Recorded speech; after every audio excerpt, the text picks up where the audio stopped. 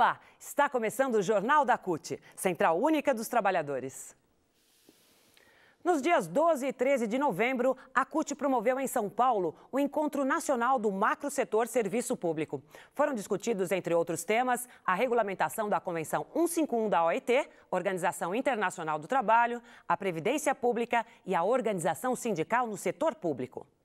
É um acerto que a CUT está tendo nesse planejamento que nós construímos, construindo os macrosetores. Por que é importante? Porque você, além de discutir as questões internas, quando você expande para uma questão fora da CUT, você amplia a condição da CUT dar respostas mais efetivas aos problemas que ela tem. É um debate muito amplo, né? Um debate que demonstra claramente que o serviço público é essencial para o Brasil, em que muitas das vezes os governos não têm prioridades em relação a isso, e que nós precisamos valorizar o trabalhador e a trabalhadora do serviço público para que a população tenha serviço público de qualidade. O serviço público no Brasil, com honrosas e raríssimas exceções, tem sido sucateado. Nós até reconhecemos que o governo federal tem apresentado alternativas que procuram valorizar o serviço público, procura ampliar o quadro de funcionários públicos, ampliando a construção de escolas, de universidades, etc. Mas essa não é uma realidade nacional. Na maioria dos estados do Brasil, o serviço público tem sido sucateado, uma dificuldade enorme para fazer processos de negociação democrática. Portanto, nós vivenciamos uma realidade muito difícil a nível nacional. Por isso que esse debate que a CUT está fazendo procura, de uma certa maneira, armar cada vez mais os nossos sindicatos para fazer um enfrentamento cada vez mais forte em relação a uma situação tão difícil e, ao mesmo tempo, eu acho que faz com que a central sindical também receba influência das demandas dos servidores públicos para que ela também possa fazer um enfrentamento da classe trabalhadora brasileira. O debate no macro setor público ele está dentro de uma estratégia articulada com o planejamento da CUT nacional e das CUTs e dos ramos, na perspectiva de nós atuarmos enquanto classe trabalhadora sobre os vários problemas, não só dos próprios trabalhadores e trabalhadoras, como também dos problemas do Brasil como um todo e suas várias políticas. Esse debate é um debate muito importante, este ano principalmente, onde nós tivemos aí um exemplo de várias greves de grande porte, né, e de forte conteúdo aí de repressão, aspas, né, por parte, no sentido assim, do ataque aos direitos com essa questão do decreto 777 que proíbe a questão da greve, no sentido de que aqueles servidores federais que estavam de greve poderiam ser substituídos por servidores estaduais e municipais. Nós somos totalmente contra, a CUT declarou isso, soltou nota contra isso e agora nós estamos solicitando que a Dilma, nossa presidenta, retire, né, imediatamente esse decreto e que dê continuidade ao processo de regulamentação da negociação coletiva. Acho que o mais importante é que o setor público, pela primeira vez, as três esferas de contratação, que são os servidores públicos municipais, os estaduais e os federais, nesse momento, dentro da CUT, começa até a pensar qual é a forma de organização que você quer, discutindo as suas grandes demandas. Quais são as grandes demandas dos servidores públicos? Negociação coletiva, que é a regulamentação da Convenção 151, e obviamente não dá para vir a negociação coletiva sem discutir a questão dos conflitos, que é a regulamentação do direito de greve. Esse processo de debate dos macrosetores, eu acredito que é um processo fundamental para a gente avançar na nossa concepção, na identificação dos maiores problemas que a gente tem, e dentro do serviço público não são poucos, porque a própria questão de concepção do Estado que a gente quer, do tipo de serviço público que a gente quer, está em xeque, está em debate. Identificar quais os desafios centrais que estão colocados hoje para a organização dos trabalhadores do serviço público, né, de todas as esferas dentro da Central Única dos Trabalhadores, e de como se otimizar essas agendas, né, principalmente na perspectiva da gente uniformizar as agendas de todas as esferas. O setor público é muito grande, nós temos esferas estadual, municipal, federal, poder executivo, poder legislativo, poder judiciário, E um dos objetivos do seminário é justamente identificar e uniformizar essas agendas que, dentro de uma perspectiva do fortalecimento da visão classista do servidor público do Brasil. Esse encontro, ele demonstra uma necessidade da gente discutir o serviço público no país, o servidor, até porque os números que foram apresentados demonstram que, apesar de um crescimento, há uma diminuição muito grande em relação ao número do conjunto do funcionalismo no país. Um outro dado bastante importante também é a questão da idade dos servidores do país, do funcionalismo de forma geral. Você tem um percentual muito grande, acima de 40 a 45 anos. Isso significa, se você olhar esses dois lados, bom, da forma geral, nós estamos diminuindo o número de servidores públicos no país e estamos aumentando o número de servidores, chegando perto de uma aposentadoria. Isso é bastante importante para a gente discutir os caminhos do serviço público e quem serão os trabalhadores nesse país que estarão no serviço público. Portanto, são desafios que estão colocados para nós. A outra coisa é a organização, né, dos trabalhadores do serviço público no país. E eu digo trabalhadores por quê? Porque nós não estamos falando só de servidor concursado, mas todos aqueles que estão no serviço público no país. Há um espaço enorme de crescimento, mas esse crescimento não pode ser só do ponto de vista quantitativo, mas qualitativo. O que significa isso? Ganhar esses servidores para um projeto de cidadania, para um projeto de desenvolvimento social no país, de crescimento econômico, mas também sabendo qual é o papel das políticas públicas, sabendo qual é o nosso papel e discutindo isso com a sociedade sem perder aquela questão que é o nosso direito enquanto trabalhador, com todos os direitos que todos os demais trabalhadores, que a classe trabalhadora tem no país e que nós defendemos até porque fazemos parte. Portanto, o macrosetor, ele tem isso, né? Eu acho que o grande desafio dos macrosetores da CUT é exatamente isso, unificar um pouco essas questões maiores, as macros questões que envolvem esses setores e de como a gente, de forma coletiva, além de cuidar das questões cotidianas, como é que nós vamos pensar essas políticas para a CUT desenvolver, a CUT defender e trazer como sua bandeira de luta nesse próximo período. Eu acho que é importante esse encontro do macrosetor do serviço público. A CUT, ao promover isso, promove um debate que precisa ser feito constantemente e os temas, as mesas que foram apresentadas aqui, que foram colocadas para os presentes, elas foram tratadas de questões muito importantes, principalmente no que diz respeito à relação do servidor público com os governos estaduais, federal e municipais. Não é? A questão do financiamento do bom serviço público, né? O serviço público e o Estado. Não é? Qual serviço público o Estado brasileiro pretende oferecer para a população? Esse serviço, para ter qualidade, precisa ter trabalhador exercendo as funções com condições de trabalho, com salários decentes, enfim, para que possam ter efetivamente as condições de oferecerem um bom serviço à população. No encontro foram promovidos diversos debates com convidados. Em um deles foi discutido o serviço público na perspectiva do desenvolvimento do país. O que responde o progresso social recente no Brasil é muito mais do que a política focalizada. É o fato de que, após 25 anos, tá certo? A questão do crescimento econômico volta a ter algum espaço na agenda do governo. Quando você diz que o que explica o progresso social recente é apenas o Bolsa Família ou as políticas focalizadas, você reduz o legado do Lula, você faz uma injustiça ao Lula. A democratização das relações de trabalho no setor público também foi tema de um dos debates.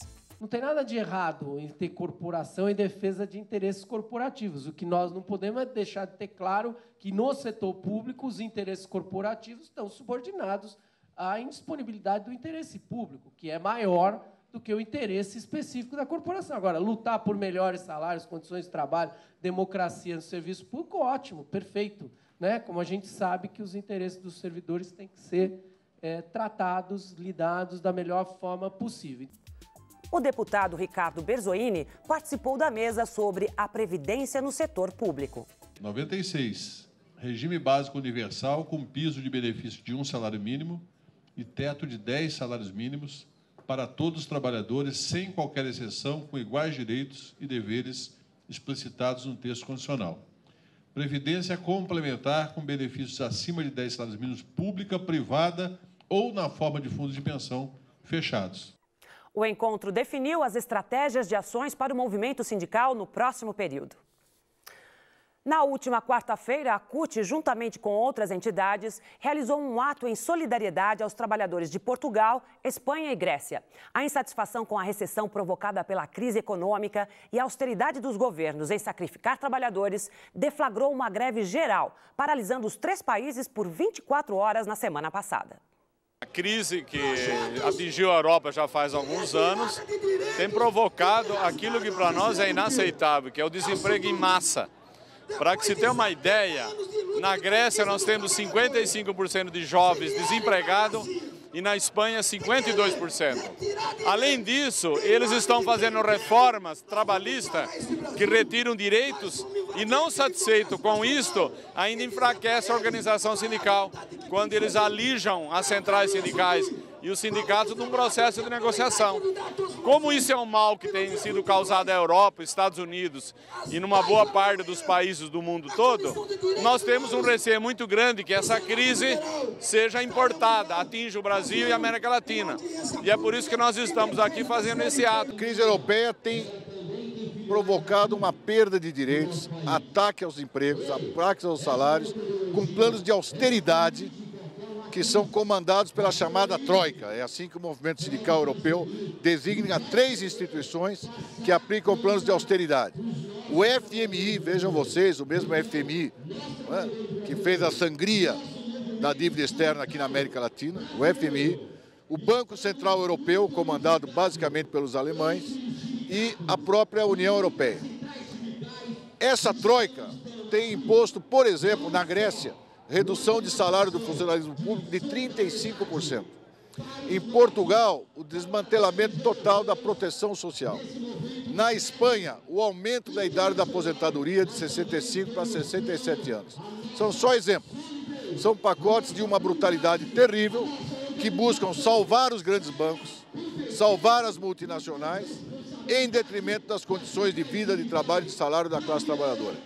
É por isso que a CUT tomou a iniciativa de convocar todas as outras centrais sindicais brasileiras para se manifestar na data de hoje, 14 de novembro, diante dos consulados da Espanha e de Portugal, para expressar nossa solidariedade à luta dos trabalhadores europeus e para dizer que continuamos dizendo: não são os trabalhadores que devem pagar o custo dessa crise com seus empregos, salários e direitos. Que paguem aqueles que a fizeram, os grandes bancos, as instituições internacionais e as próprias multinacionais. A nossa preocupação é de que as políticas públicas, os investimentos sociais, o papel do Estado seja valorizado e não como eles estão fazendo, que é no sentido ao contrário, é no sentido de reduzir o papel do Estado, é no sentido de retirar direitos dos trabalhadores, e essa é uma política que nós já assistimos aqui no Brasil, não deu resultado. Em vários países da América Latina nós tivemos a aplicação dessas políticas neoliberais durante a década de 90, aumentou o desemprego, aumentou a privatização, aumentou a precarização das condições de trabalho, e somente nos últimos 10 anos nós conseguimos reverter essa situação. E essa situação só foi revertida com o papel do Estado como indutor do desenvolvimento, forte investimento nas políticas públicas e políticas sociais, gerando mais emprego, gerando mais renda, e essa é a saída para a crise, na nossa opinião, e não essas medidas que estão sendo adotadas pelos financistas, pelos grandes conglomerados financeiros e pelas grandes multinacionais que estão acontecendo na Europa. Trabalhadores da educação de Minas Gerais estão indignados com o projeto de lei que altera a rotina e a carreira da categoria. O projeto apresentado pelo governador Antônio Anastasia não contempla o piso salarial para a categoria, congela salários e aumenta a jornada de trabalho. Beatriz Cerqueira, presidenta da CUT Minas Gerais, conversou com o Jornal da CUT sobre os problemas. Desde 2008, existe uma lei federal que estabelece que parte da jornada, no mínimo 1/3 dela, que é a jornada do professor, deve ser fora da regência para atividades, para hora atividade. O governo de Minas até hoje não implementou a lei, ou seja, Minas não cumpre uma lei federal.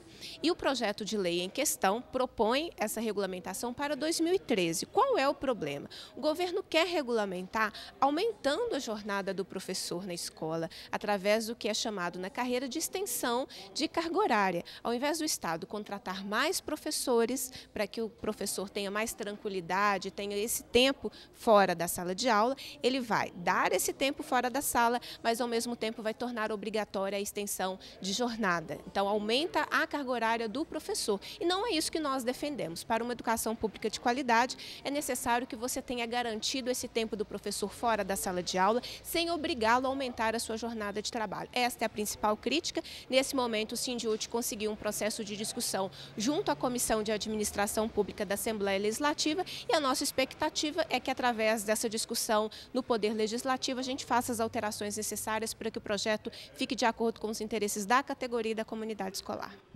A CUT Pernambuco participou de diversas ações em defesa dos direitos dos servidores públicos estaduais. As categorias reivindicam diversos pontos negligenciados pelo governo do estado na mesa de negociação. Os servidores realizaram uma panfletagem e mostraram a revolta com a demora nas negociações. A CUT Pernambuco marcou presença no ato, cobrando do governo do estado o reajuste para os servidores e melhores condições de trabalho. Há todo um processo de negociação que vem acontecendo junto ao governo do estado. Primeiro, o governo do estado, e com o reajuste do salário mínimo que acontece a partir de janeiro, parte dos servidores públicos estaduais vão estar recebendo menos de um salário mínimo. O governo do estado nega a grande parte do conjunto dos servidores públicos o Vale Transporte.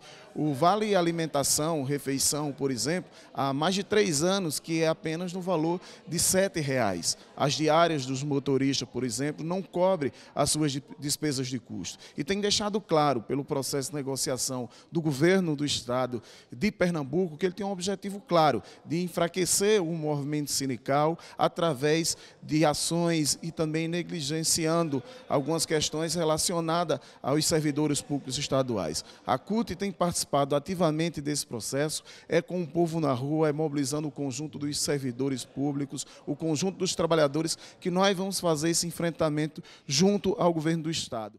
No dia 4 de maio, portanto há 6 meses, nós entregamos a pauta de reivindicação do Fórum dos Servidores Estaduais, que é coordenado pela CUT. E no dia 1º de junho, um mês depois, seria a nossa data base. A nossa pauta de reivindicação tem questões que remontam ao 1º de junho passado e questões que são previstas para 1º de janeiro de 2013. Durante esses 5 meses passada a nossa data base, o governo não deu respostas ao movimento e ao Fórum dos Servidores Estaduais. Dentre essas respostas que nós queremos criar 3 pisos salariais, um piso de um piso de R$ 715 para os servidores de nível elementar, um piso de R$ 893 para os servidores de nível médio e um piso de R$ 1.621 para os servidores de nível superior. Isso para uma carga horária de 30 horas semanais.